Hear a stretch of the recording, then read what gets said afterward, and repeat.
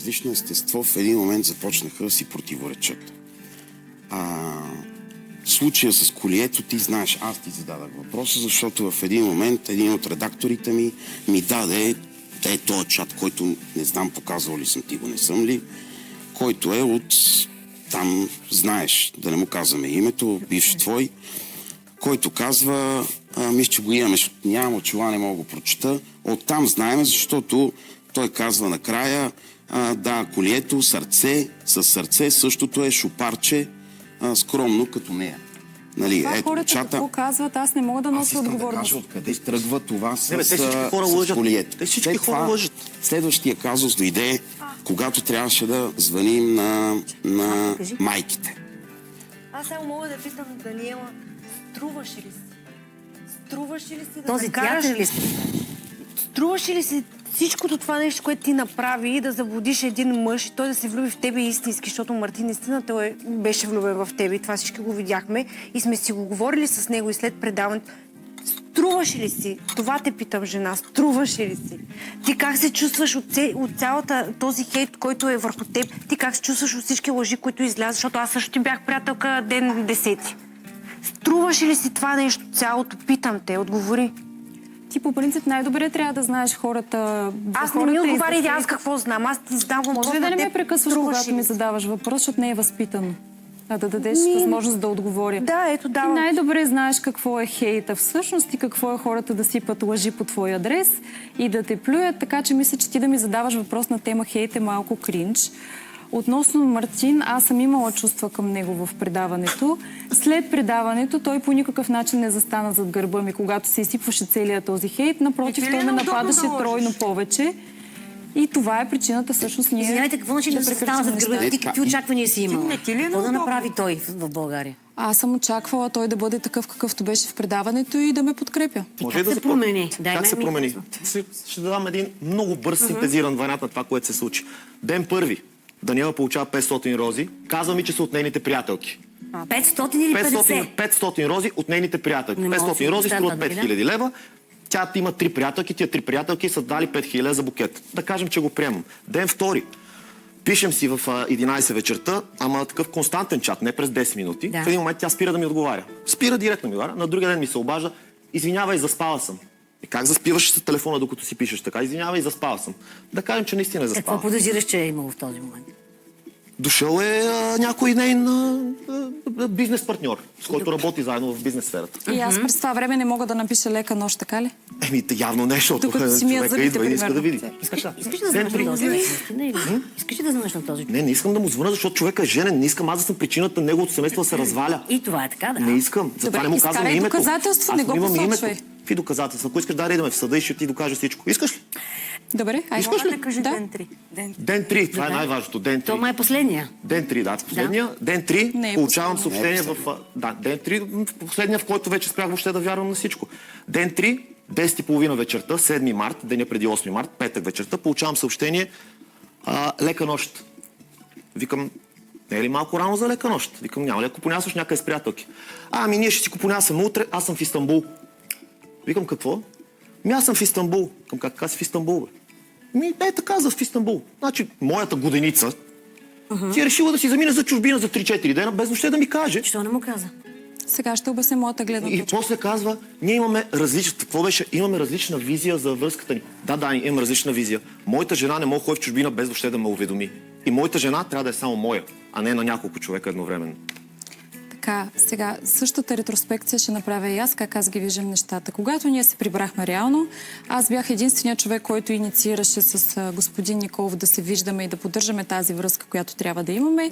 Той постоянно намираше оправдания за това нещо, че няма как да се виждаме пред хората. Аз давах варианти, това съм го споделяла и с Ники Николов. Той мисля, че може да го потвърди. Всъщност, деня, който той посочи, че аз съм тръгнала за Истанбул, ние бяхме скарани.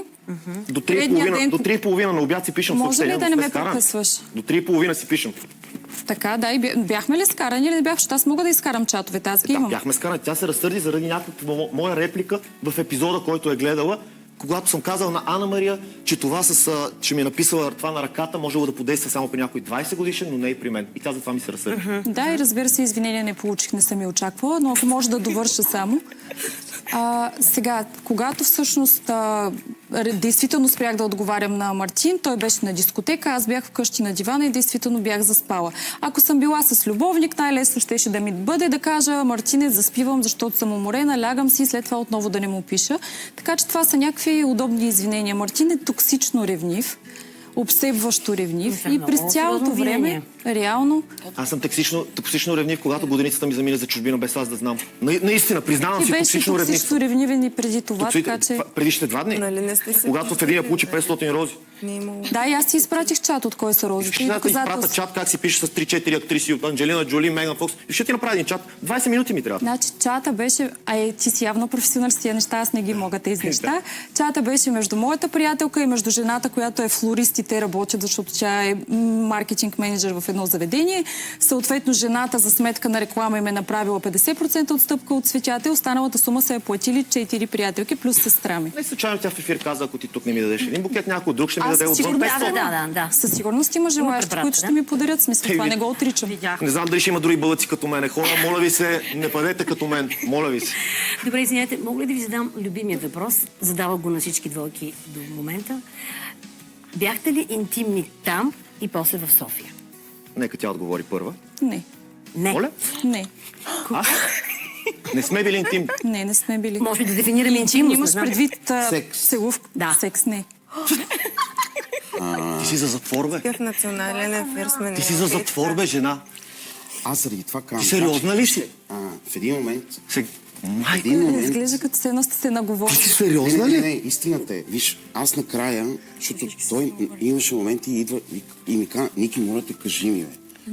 И аз му казвам, викам: виж, Марти, според мене, да, аз си го казах още на кастинг. Жена като нея.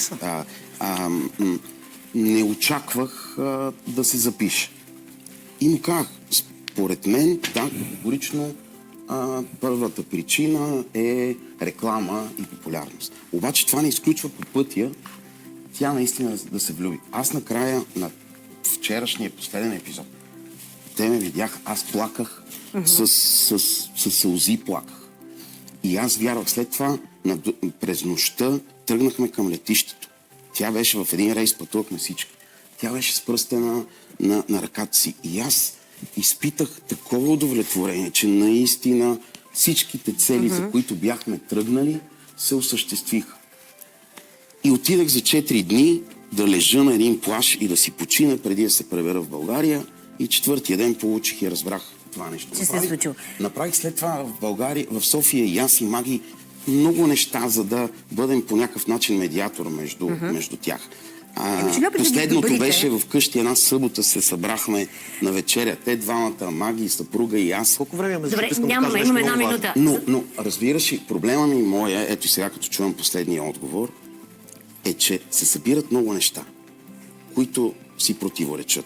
Случая с майка и случая с Годежа. Влизаме в новините.